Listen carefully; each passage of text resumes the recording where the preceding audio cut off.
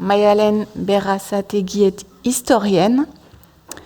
Elle travaille notamment sur le théâtre et la littérature de jeunesse, l'histoire de la santé des enfants et l'histoire des adultes comme catégorie sociale. Elle interroge les multiples façons dont l'âge affecte les rapports sociaux dans le podcast « C'est pas de ton âge ». Donc je ne sais pas si vous êtes avec nous. Oui, je suis là et apparemment en visio on m'entend, ce qui est déjà une super nouvelle. Bonjour. Oui, on vous entend, effectivement. Super. Donc, alors, notez dans votre Instagram, c'est pas de ton âge le podcast. Voilà. Donc je vous ai présenté, donc je vous laisse du coup prendre la parole pour 25 minutes. alors, je vous remercie beaucoup. Est-ce que vous voyez mon PowerPoint sur l'écran derrière vous? Ah non. Alors, Bien. en visio, ils ont l'air de le voir. Du coup, je vais peut-être laisser Ludovic voir si on peut vous le diffuser d'une manière ou Ah, ça y d'une est, autre. ça arrive. Ça marche? Ça arrive. Pour l'instant, c'est écran noir. Ok. Peut-être relancer le format diaporama. Voilà, c'est bon. C'est bon pour vous? C'est bon, ouais. Super. Bon, j'espère qu'il n'y aura pas trop de décalage. On va voir ce que ça donne. Tout d'abord, je suis vraiment désolée de ne pas pouvoir être là. Merci beaucoup à Cécile, merci beaucoup à Ludovic aussi pour les petits tests qu'on a fait tout à l'heure et qui me permettent d'afficher ce joli PowerPoint. J'ai eu un gros souci familial qui a fait que mes 72 dernières heures durant lesquelles j'aurais rêvé de lécher ce PowerPoint et de vous faire la meilleure présentation du monde ont été occupées complètement à autre chose. Ce qui fait que ça va être plus improvisé et moins carré que ce que j'ai l'habitude de faire. Donc, toutes mes excuses pour cette expérience un petit peu dégradée. Et tout cela étant dit, on se lance pour cette présentation sur l'infantilisation qu'on va à la fois aborder dans son aspect un peu médical, comme revendication politique dans le cadre d'un mouvement adultiste et aussi en sciences sociales. Alors, comment on va procéder? On va d'abord se demander d'où ça vient l'infantilisation. Qui est-ce qui a porté ça? Comment ça a évolué? Après, on va se demander à quoi ça sert, les intérêts de qui? Et après, on va se demander comment est-ce qu'on la définit et est-ce qu'on peut l'utiliser en sciences sociales. Pourquoi est-ce que j'ai mis la définition à la fin? Mais parce que la conceptualisation de ce concept arrive bien après son utilisation historiquement et qu'on a passé des décennies à utiliser l'infantilisation tranquillou, sans trop se demander ce que ça impliquait. Alors, je vous mets ça très rapidement. C'est un outil qui s'appelle Google Ngram Viewer qui vous permet de savoir quand est-ce qu'un mot apparaît dans les fonds de Google Books. Donc, c'est très pratique pour savoir quand est-ce qu'apparaît un concept. Donc, je vous ai mis la version anglaise avec infantilize et infantilization. Et on voit que ça commence vaguement au début du XXe siècle et que ça explose à partir des années 80. Les courbes sont différentes selon les langues, évidemment. En allemand, ça monte un peu plus dès les années 20. Et en français, c'est à peu près comme ça. Donc, on voit que c'est vraiment un mot qui est consubstantiel du succès de la notion d'adulte, en fait. C'est à partir du moment où on arrive à avoir un système qui est suffisamment adultiste et où les adultes sont suffisamment unis entre eux que l'idée d'infantilisation va faire son chemin. Mais ça, c'est une très très longue histoire que je vais vous expliquer maintenant. Avant l'infantilisation, on a un concept qui s'appelle l'infantilisme. Ah oui, je ne vous ai pas dit aussi. J'ai écrit beaucoup de choses parce que je me suis dit, si jamais le son est pourri ou si les gens n'en peuvent plus, au moins ils peuvent se raccrocher au texte. Ne vous sentez pas du tout obligé de lire tout le texte. C'est plus comme support si jamais vous décrochez ou si jamais le son se coupe. Voilà. Donc, au 19e siècle, vous avez plusieurs choses qui se passent. D'une part, globalement, en médecine, on classifie de plus en plus les humains autour de la notion de normal et de la notion d'anormal. C'est là qu'apparaît la notion d'adulte normal. Et on a ça d'un côté, et de l'autre, on a plusieurs théories de l'évolution et où on commence à réfléchir à l'évolution des espèces dans l'absolu, mais aussi à l'évolution au sein de l'espèce humaine, avec cette idée que le jeune enfant, il évolue, et puis après, il devient une meilleure version que ce qu'il était quand il était enfant. Donc, en médecine, on va avoir tout un tas de maladies qui sont en fait très concrètement des maladies différentes, qui n'ont pas les mêmes origines, ce n'est pas du tout le même type de pathologie, mais qui vont être mises dans la même catégorie parce que tout ce que font ces maladies, c'est que l'apparence de l'homme adulte se rapproche de celle de l'enfant, pour différentes raisons, pour des raisons d'hormones, parce que le développement sexuel s'est pas fait correctement. Enfin, à l'arrivée, c'est vraiment plusieurs choses différentes. Et donc, soit on va parler d'infantilisme, soit on va parler de féminisme, parce qu'on peut aussi associer ça aux femmes. On parle aussi de virilisme pour des femmes qui auraient de l'hirsutisme ou différents types de pathologies. Ça veut dire que on est à un moment où on hiérarchise les humains en fonction de tout un tas de critères, le genre, la racialisation, et aussi en fonction de l'âge. Et ce qui compte dans tout ce que je vous dis là, et ce qui va après faire son petit bout de chemin vers la notion d'infantilisation, c'est qu'il y a une norme, qu'il y a un décalage par rapport à cette norme, et que des gens qui sont dans une catégorie sont associés à une catégorie qui est hiérarchiquement inférieure. C'est là où en fait il y a un lien. Je vous ai mis pour illustration une magnifique thèse de doctorat en médecine du féminisme et de l'infantilisme chez les tuberculeux. Voilà. Ensuite, on utilise déjà à la fin du 19e siècle la notion d'infantilisme dans un sens complètement figuré, pour vous dire par exemple que la France souffre d'infantilisme et que du coup c'est pour ça qu'elle a perdu face à l'Allemagne et qu'on est complètement dans la panade.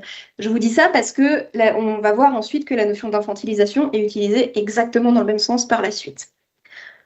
Voilà, on est pas mal. Donc je vous ai parlé du versant médical, il y a aussi tout un versant politique. Alors, on part de très très loin dans les sociétés d'Ancien Régime. Vous avez des théoriciens politiques qui vous imaginent un super système pyramidal où, en gros, le roi gouverne ses sujets, trop cool, et le pouvoir du roi sur les sujets, c'est un reflet du pouvoir de père de famille sur la famille. Et donc, ça crée une analogie entre les enfants dans la famille et l'épouse dans la famille et les sujets par rapport au roi. Donc, une analogie entre des enfants d'un côté et des adultes de l'autre. Du coup, à partir du moment où vous êtes quelqu'un qui voulait des droits politiques, vous voulez faire des trucs aussi funky que choisir votre religion, choisir votre mode de gouvernement, pouvoir faire le métier que vous voulez, il y a vraiment tout un tas de revendications politiques, il faut casser cette dynamique-là. Et donc, pour casser cette dynamique-là, ce que vont choisir de faire un certain nombre de gens, d'abord des adultes blancs, puis après d'autres groupes de personnes, ça va être d'insister à fond sur le fait qu'ils ne sont pas des enfants.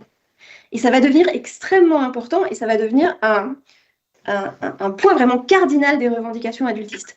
En ce sens, à mon sens, l'adultisme se différencie du patriarcat parce que dans le patriarcat, si vous n'êtes pas, qui est un peu plus gérontocratique, on va dire, si vous n'êtes pas le plus vieux, vous pouvez être un homme adulte, on s'en fiche, tant que vous avez un père de vivant, vous êtes soumis à votre père. Et c'est ça qui change avec l'adultisme, c'est qu'on va dire, ça c'est bon pour les enfants, mais il y a un âge où il faut que ça s'arrête, il y a un âge où il faut que l'homme soit libre, parce que l'homme est raisonnable, contrairement à l'enfant. Et donc en fait, la misopédie de ces revendications-là, c'est pas juste le plaisir d'humilier des gosses et d'exercer un pouvoir, c'est parce qu'on essaye de sortir d'un système où on fait une analogie entre le pouvoir au sein de la famille et le pouvoir au niveau de la société. Dans ce cadre-là, du coup, on va exacerber les différences entre les enfants et les personnes qui disent qu'elles ne sont pas des enfants, qui vont commencer à mettre un point d'honneur, à s'habiller différemment, à fréquenter des espaces différents, à dire qu'ils sont ceux qui travaillent, qu'ils sont ceux qui ont une vraie vie sexuelle. Il va y avoir plein de... Ça va se faire au XXe siècle aussi, mais des adultes qui vont revendiquer un certain nombre de choses au nom de leur adultéité. Et donc, ce phénomène qui, au départ, concerne plutôt des hommes blancs, dès le 19e siècle, les membres de minorités adultes vont adopter exactement la même stratégie. Mary Hayes, par exemple, elle dit que les femmes subissent un perpetual babyism, donc elles sont traitées comme des bébés perpétuellement. J'en profite pour vous glisser que il y a une différence j'ai vu qu'il y avait une traductrice dans la salle hier. Infantilism en anglais et en français, ça ne renvoie pas tout à fait au même imaginaire parce que infant en anglais, c'est vraiment un nourrisson. Vous marchez, vous parlez, vous n'êtes plus dans cette catégorie-là. Alors qu'en français, ça renvoie tellement à enfant qu'en fait, ce qui finit par être intégré dedans n'est pas forcément la même chose ou que ce ne serait pas forcément pensé tout à fait de la même façon. Donc, on a ces deux phénomènes, d'un côté en médecine, de l'autre en politique. Si vous voulez en savoir plus là-dessus, il y a un très bon bouquin qui s'appelle The Struggle for Equal Adulthood, Gender, Race, Age and the Fight for Citizenship in Antebellum America, où Corinne Teffield, qui est une historienne américaine, montre comment la convergence des luttes ne se fait pas entre des féministes blanches qui veulent le droit de vote pour les femmes et des hommes noirs qui, eux, en gros, tout le monde est prêt à transiger le droit de vote de l'autre. Et donc, au lieu de créer une union des adultes, c'est un peu un échec. Voilà. Là-dessus, ensuite. Donc, au XIXe siècle, on a créé cette image de l'adulte où, voilà, c'est biologique, c'est la science, l'adulte, c'est la meilleure version de soi-même. Et l'adulte, il est raisonnable, contrairement à l'enfant. Et l'adulte, il sait ce qu'il fait. Et puis arrive ce truc qui s'appelle la Première Guerre mondiale, qui remet un peu des choses en perspective sur l'usage de la raison, sur la foi dans la modernité. Voilà. Et donc, dans l'entre-deux-guerres, on a un petit stress quant à cette croyance. Et donc, l'émergence de textes qui vont mettre en scène des hommes qui n'ont pas l'apparence d'hommes, ou qui sont des hommes, mais ils ne sont pas traités comme des hommes, et ces textes-là ont un immense succès. Donc, il y a The Curious Case of Benjamin Button, donc le texte de Scott Fitzgerald, avec quelqu'un qui naît vieillard, et donc qui passe toute sa vie à vivre les différents âges de manière inversée, et qui meurt en étant nourrisson, et donc comment se passe sa vie en n'ayant à peu près jamais l'air de l'âge qu'il a. Et vous avez surtout un texte du Polonais Gombrowicz qui s'appelle Ferdydurk, où Ferdydurk, en fait, c'est un homme de 30 ans issu de l'aristocratie, un peu paumé dans sa vie, et c'est un peu kafkaïen. En fait, il va se retrouver embarqué dans une école et traité comme un adolescent alors qu'il a 30 ans. Mais de manière très... Il n'arrive pas à résister, il n'arrive pas à dire, il ne comprend pas ce qui lui roule dessus. Et c'est un texte très important sur le sentiment d'infantilisation, parce que déjà, ça a très très bien marché, mais ça montre bien cette trouille de ne pas être à la hauteur de cette image très idéalisée des adultes, en fait, dans lesquels vivent ces hommes-là. Et d'être traités comme des enfants, et du coup, le sentiment de profond déclassement qui est associé au fait d'être traité comme un enfant. Toujours un petit point sur la trad. Gombrowicz, lui, il utilise deux mots pour parler d'infantilisation. Il utilise un mot qui est dziecniec, désolé pour mon accent polonais pourri, et qui en fait, en polonais, veut plutôt dire ce que nous, on aurait dit faire l'enfant au XIXe siècle, ou se conduire comme un enfant. Et infantilizować, qui est le même terme, mais avec une racine latine, qui là, s'approche beaucoup plus de infantiliser tel que nous, on l'utilise. Tous ces termes sont traduits en français par infantiliser, et il faut un peu se méfier quand on utilise des textes historiques, parce que pareil, on a en allemand Verkindlichen, qui veut dire soit faire l'enfant, soit simplifier un raisonnement, soit vulgariser, qui peut être traduit en français par infantiliser, alors qu'en fait, en allemand, ça ne veut pas vraiment dire ça quand c'est utilisé au XIXe siècle. Voilà, c'était la minute traductologie. Donc, on a cette petite évolution, ce petit stress, et les héros de ces nouvelles sont des hommes. Donc voilà d'où ça vient, voilà pourquoi ça a émergé, voilà avec quel bagage on part. Voilà comment sont arrivés ces adultes qui ont dit non mais on n'est pas des enfants, donc lâchez-nous des droits. Et par ailleurs, il y a une norme de l'adultéité, voilà quelle est cette norme, voilà ce que c'est un adulte, voilà ce que c'est un enfant. Et donc c'est dans ce contexte-là qu'émerge la notion d'infantilisation. C'est-à-dire que, on va dire,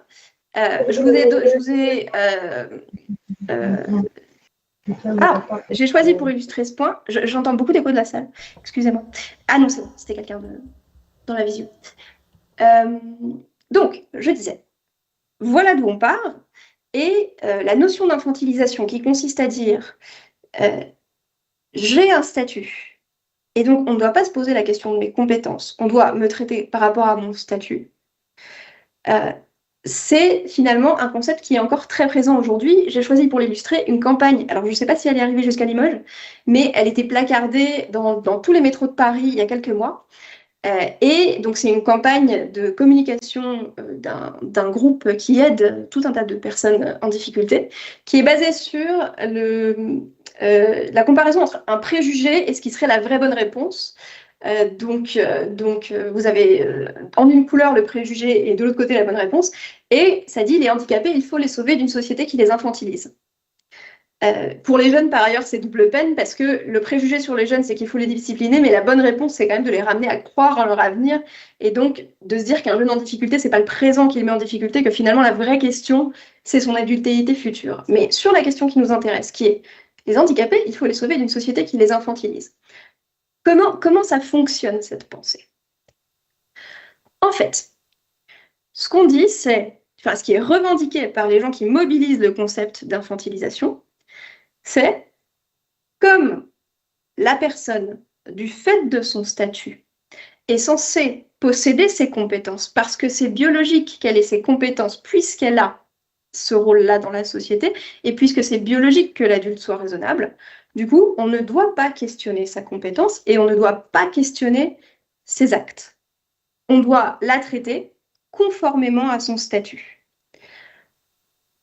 Ça pose pas mal de problèmes. C'est-à-dire que, du coup, ça fait que l'infantilisation, c'est quelque chose d'extrêmement flou. Finalement, l'infantilisation, c'est tout ce que les adultes n'aiment pas qu'on leur fasse. Tout ce que les adultes n'aiment pas qu'on leur fasse, fondamentalement, ça peut tomber sous le coup de l'infantilisation. C'est la carte, je suis perché, traitez-moi différemment. Ça permet de ne pas avoir à démontrer si un acte ou une conduite est bonne ou mauvaise. Ça n'est pas censé rentrer en compte. Ce qui compte, c'est le statut. Je vous donne un exemple tout bête. Quand on vous dit, par exemple, quand vous allez à un guichet et que vous avez une liste des choses à faire ou à ne pas faire avec la personne qui vous reçoit, toutes les choses qu'on utilise pour guider les usagers, qui peuvent être considérées par certaines personnes comme étant infantilisantes parce qu'on leur dit comment se conduire alors qu'on n'a pas à leur dire comment se conduire parce qu'elles savent comment se conduire puisqu'elles sont des adultes. Tout ce raisonnement-là, ça permet de ne pas avoir à confronter, ok, mais comment elle se comporte et est-ce que c'est pas comment elle se comporte qui a entraîné le fait qu'on mette un petit panneau en disant sois gentil avec la dame. Donc, ça permet de demander un privilège, en fait, de demander un non-questionnement de la conduite. Ça pose un autre problème qui est que la différence enfant-adulte là-dedans, c'est pas le constat de départ, c'est l'objectif à atteindre. C'est-à-dire qu'on s'en fiche absolument que la manière dont on vous traite soit conforme à vos compétences ou soit conforme à vos actes, c'est pas la question.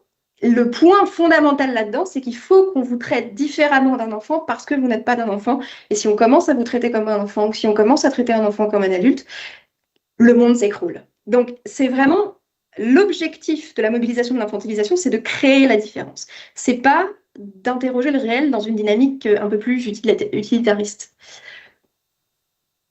Et une fois qu'on mobilise ce concept avec cette magnifique innocence, il y a d'autres questions qu'on ne se pose pas. On ne se demande pas ce que le fait d'être traité, entre guillemets, comme un enfant, ça fait à l'enfant. C'est-à-dire qu'on étudie en long, en large et en travers ce que ça fait aux adultes d'être infantilisés, mais le principe de base de l'infantilisation, c'est que c'est censé être nocif pour les adultes, mais pas pour les enfants, que c'est un comportement adapté aux enfants. On ne se demande pas si l'adulte souffre parce que le traitement qui lui est fait n'est pas adapté, ou parce que l'adulte il vient d'une société misopède et que le fait d'être traité comme un enfant, c'est ça qui le fait souffrir en fait. C'est pas la manière dont il est traité en soi, c'est parce que c'est associé à l'enfance. Et donc, au fond, la vraie question, c'est est-ce qu'on ne rendrait pas la société moins misopède? Et est-ce que la souffrance est vraiment chez l'adulte qui subit l'infantilisation? Ou est-ce qu'elle est chez ceux qui observent cette situation en tant qu'elle est un désordre, en fait? Je vous donne un exemple pris d'un article sur les personnes âgées, mais encore une fois, c'est un exemple au hasard, c'est complètement discutable. Mais est-ce qu'une personne âgée à qui on a fait des couettes, est-ce qu'elle, vraiment, ça la choque qu'on lui fasse des couettes et est-ce que c'est une prise de pouvoir intolérable du personnel de l'EHPAD? Ou est-ce que c'est le sociologue qui regarde à qui ça pose un problème parce que lui, il associe ça aux enfants? Est-ce que c'est la personne qui le subit ou est-ce que c'est le tiers? Donc ça laisse plein de questions en suspens. Donc on a reste 5 minutes. Oh, c'est tout! Eh bien, ça va accélérer, vous allez voir. Alors, donc on a d'un côté ce détricotage de la notion d'infantilisation telle qu'elle est mobilisée par des gens pour lutter pour leurs propres droits. on a aussi une notion d'infantilisation parce qu'une fois qu'on a dit que les adultes étaient les plus forts du monde et qu'ils étaient géniaux, je vous résume, hein, on a un problème. C'est que cet adulte idéal, cet adulte indépendant, cet adulte mobilisé politiquement, cet adulte, il est où, en fait? Pourquoi on est dans la société dans laquelle on est aujourd'hui si biologiquement l'adulte, il est bon, il est idéal, il sait faire? Et donc, vous avez des bouquins qui paraissent dans plusieurs langues pour expliquer cette absence, en fait. Et donc, l'adulte idéal, c'est pas qu'il n'existe pas, c'est qu'en fait, il a été infantilisé, qu'on l'a empêché d'être adulte, qu'on l'a empêché de se développer dans sa plénitude, et c'est ça le problème. Du coup, évidemment, une fois que vous avez dit ça, vous pouvez avoir 15 000 variations de ça. Si vous êtes un libéral comme Mathieu Laine, vous allez dire que ce que fait l'infantilisation, cet état nounou qui nous veut du bien, c'est que ça crée des adultes qui sont des assistés, qui ne savent pas être indépendants économiquement et que c'est un vrai problème. Si, comme Benjamin Barber, vous êtes critique de la société de consommation, vous allez dire que le problème, c'est la société de consommation et que les adultes ne s'investissent plus en politique. Vous voyez, vous allez avoir des versions en fait complètement différentes de ce que serait l'infantilisation de l'adulte, mais le besoin c'est toujours le même, c'est pourquoi mon super adulte en fait il n'existe pas. Par ailleurs, les gens qui défendent ces idées sont parfois conscients que ce qui définit l'enfant et ce qui définit l'adulte, c'est pas forcément biologique, ça peut être complètement social. Par exemple, c'est le cas de Benjamin Barber, mais ils s'en foutent. Je vous le dis très franchement. C'est-à-dire que en fait, ils appellent les adultes à performer leur âge au sens où Butler l'entend pour le genre. C'est-à-dire, en gros, on se fout que ce soit biologique ou pas, juste comportez-vous de telle manière, et ça crée des existences, en réalité, extrêmement normées, puisqu'il faut prendre l'apparence de l'adulte et qu'en fait, c'est pas forcément biologique. Un autre point sur lequel je vais passer très vite, c'est que c'est super de dire qu'on n'a plus d'adultes, mais où sont-ils passés tous ces gens? Mais c'est quand même très très compliqué de défendre l'idée que les femmes et les personnes racisées seraient davantage traitées comme des enfants qu'il y a un demi-siècle ou il y a un siècle. Et j'ai l'impression que dans pas mal de cas, la mobilisation de l'infantilisation, dans les bouquins que je vous ai cités là, c'est un moyen de parler d'un sentiment de perte de puissance d'adulte, mais en fait très concrètement pas de tous les adultes. Et que quand on check, en fait, c'est pas juste l'infantilisation, c'est des critiques de l'intersectionnalité, des critiques du wokisme, si vous voulez, on en reparle après. À côté de ça, on a des super scientifiques qui se disent « Ok, on a un concept, on l'utilisateur est à travers, c'est super sympa. Comment on théorise le truc? Comment on en fait un vrai concept scientifique ?» L'article que je vous cite est en fait c'est des psychologues qui ont fait un questionnaire sur Internet pour mesurer l'infantilisation et du coup, ils ont vraiment essayé de le définir de manière extrêmement concrète, ce qui n'est jamais fait. Et quand on voit ces tentatives de définition concrète, on voit tout le danger pour les enfants eux-mêmes. C'est-à-dire que l'infantilisation, ce serait quoi? Des restrictions sur l'éducation, des restrictions sur le divertissement, des restrictions sur les habitudes personnelles. En fait, ce serait un contrôle extrêmement important dont on a du mal à se dire que ça vaudrait pas le coup de se demander s'il serait pas aussi très très nocif pour les enfants en fait. Et c'est là le biais de toute une partie de la recherche qui mobilise l'infantilisation, c'est que vraiment, c'est le fait que c'est une non-question de se demander si ce serait pas aussi nocif pour les enfants et si en fait ça n'aurait rien à voir avec l'enfance en fait, que ce serait pas juste trop de contrôle sur des humains avec une agentivité. À côté de ça, vous avez d'autres chercheurs qui essayent de se dire, ok, ce qu'on va faire, c'est que on va changer la définition. Ce qu'on va dire, c'est qu'on peut aussi infantiliser les enfants. Comme ça, on est tranquillou bilou. Juste, le concept, il existe. On voit qu'on traite des gens qui ont une agentivité comme s'ils n'en avaient pas, que c'est un problème. On ne va pas le changer parce qu'il existe, et juste, on va aussi l'appliquer aux enfants. C'est un peu un souci parce que comment dire, ça veut dire qu'on peut continuer de l'utiliser sans aucune critique du système qui permet qu'il existe. Par analogie, par exemple, on peut utiliser le terme esclavage, qui est un terme qui vient du terme slave, sans associer les deux. On peut utiliser le terme esclavage, c'est devenu un terme en soi. Le terme infantilisé, il est encore tellement associé à l'enfance et il est encore tellement associé actuellement pour revendiquer des droits par des gens qui ne sont pas des enfants, qu'on n'en est pas à un stade de naïveté où on pourrait complètement déconnecter les deux. Donc, je trouve que ça pose problème. Par ailleurs, il y a un vrai souci, qui est que les gens qui viennent enfin les gens qui travaillent sur des perspectives coloniales, qui travaillent sur les rapports raciaux, etc., ils ont une critique des childhood studies qu'ils considèrent pas assez intersectionnelle, à raison, et eux développent le concept d'infantilisation par opposition à l'adultification. C'est-à-dire que eux, ce qu'ils regardent, c'est, par exemple, vous avez des jeunes de banlieue qui vont être traités par les médias et par le système judiciaire plus comme des adultes d'une société donnée que les mêmes jeunes s'ils étaient blancs et bourgeois, par exemple. Et donc, ils regardent comme ça si des gens sont infantilisés ou adultifiés. Et donc, pour eux, ça veut dire comment est-ce qu'on crée des catégories, de pareil que la racialisation, en fait. La difficulté, c'est que, pour le coup, le besoin existe, incontestablement. Le problème, c'est que le concept d'infantilisation, il a quand même une histoire qui précède cet usage-là, et une histoire inscrite dans l'agisme. Et donc, ça me paraît un peu problématique de le récupérer, même si en termes de vocabulaire, c'est extrêmement tentant parce que ça fait comme si c'était clair, c'est tellement associé à l'autre usage de l'infantilisation qu'à mon sens, ça reste problématique.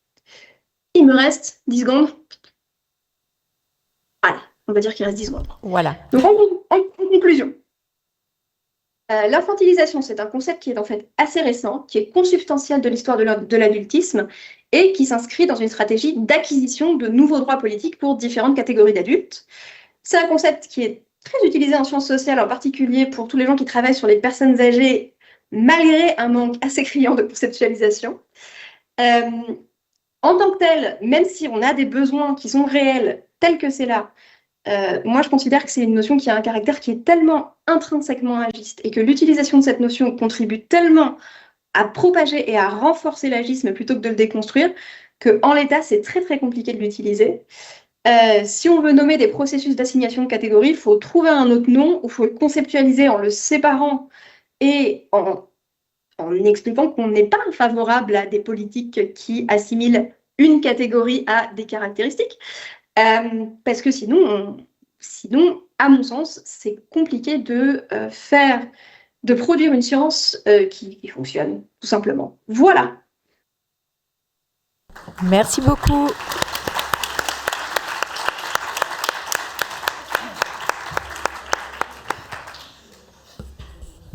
Merci beaucoup pour cette communication. J'imagine que ça va susciter des questions également.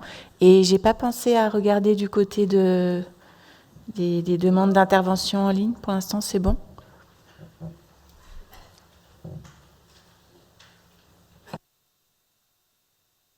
Encore moi.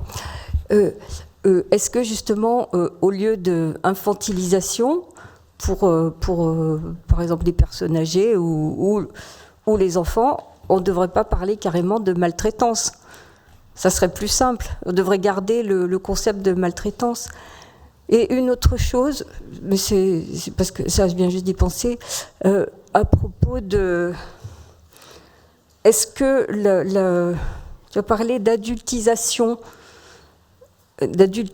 des enfants, donc, si j'ai bien compris.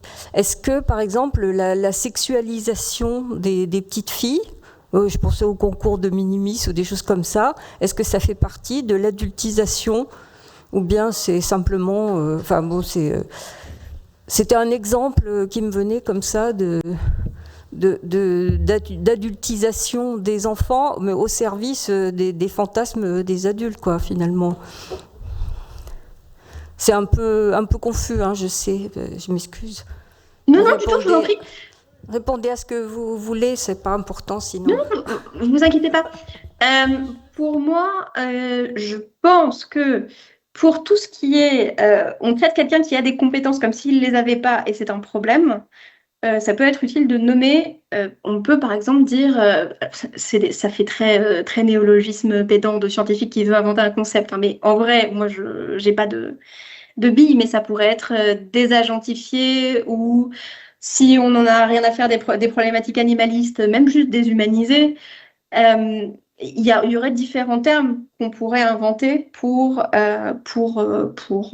parler de ce versant-là et ne pas associer ça à une catégorie d'âge, mais dire vraiment juste ce qu'on fait, c'est-à-dire nier les compétences et nier l'autonomie de la personne, en fait. Désautonomiser, enfin voilà, il y aurait plein de manières de le nommer.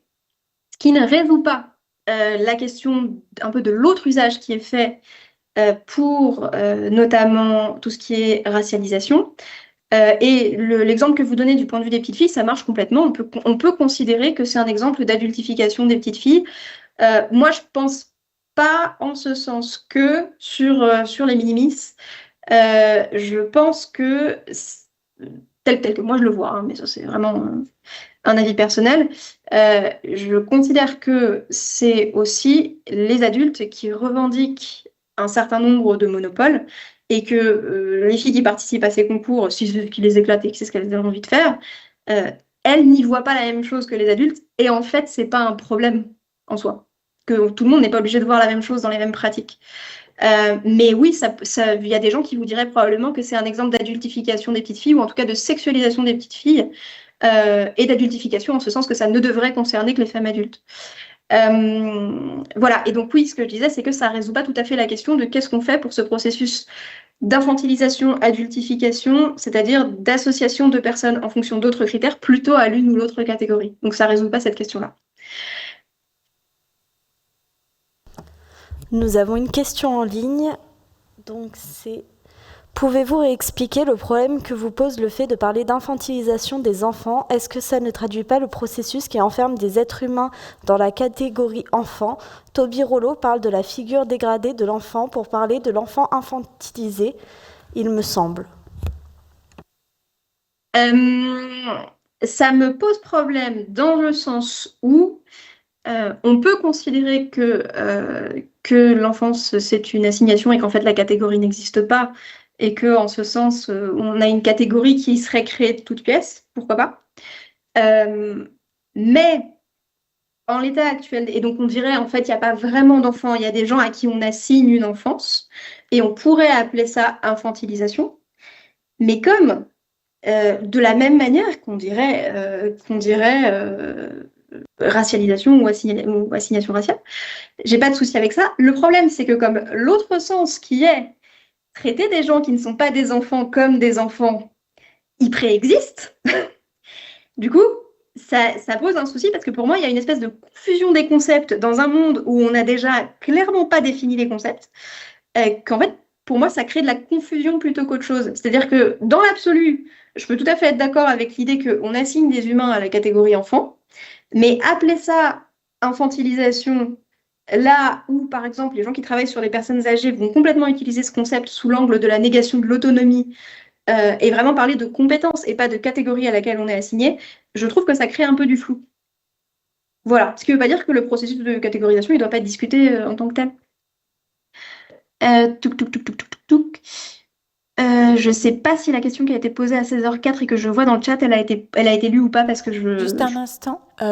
Cécile, je vois au moins encore 3 questions. Au moins. Ah pardon, du coup je les ai pas. C'est bon ou Si ça vous va. Donc alors, vous avez vu une question sur le chat, c'est ça? Et je ne sais pas si vous l'avez déjà lue ou pas. J'ai mes neurones qui grillent. Ou si la question est... Elles vont la lire, ouais. Sinon, au pire, j'y répondrai.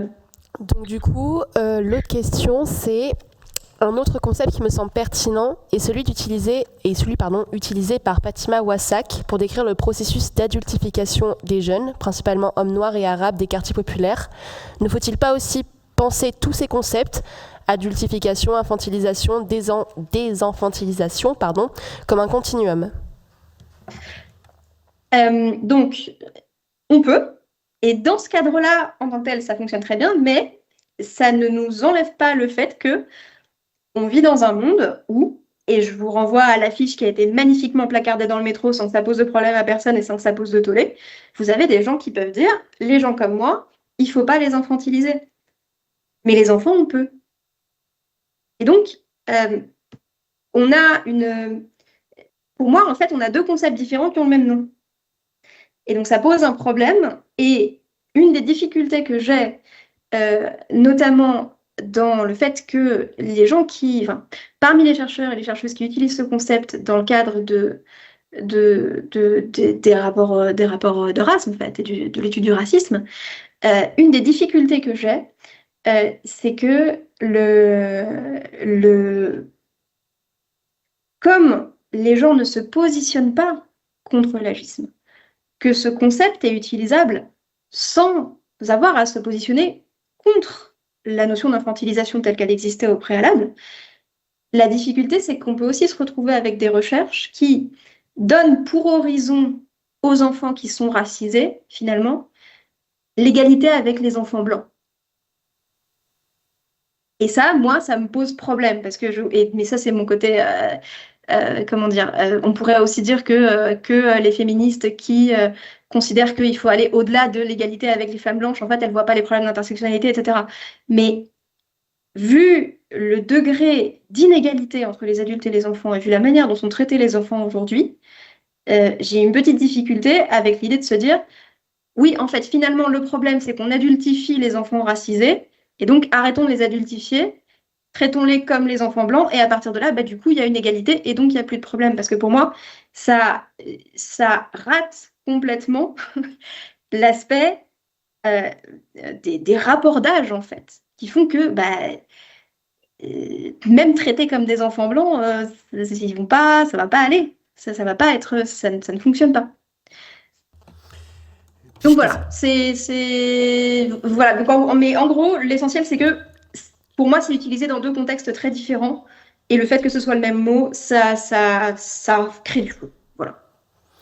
Puisque vous avez l'intention de traiter de problèmes de médecine, j'aimerais attirer l'attention sur un phénomène de maltraitance flagrant, à savoir les 40 à 60 vaccins qui sont, à mon avis, à l'origine de la misopédie. Enfin, pas à l'origine, mais qui sont un facteur important de misopédie ou d'infantilisation. C'est absolument abject et terrible de penser que nos bébés et les plus jeunes sont vaccinés entre 30 et 60 fois d'ici l'adolescence. C'est absolument incroyable et inutile. C'est à l'envers de leur capacité de santé, c'est faire vraiment de rendre les gens dépendants et complètement dingues, quoi.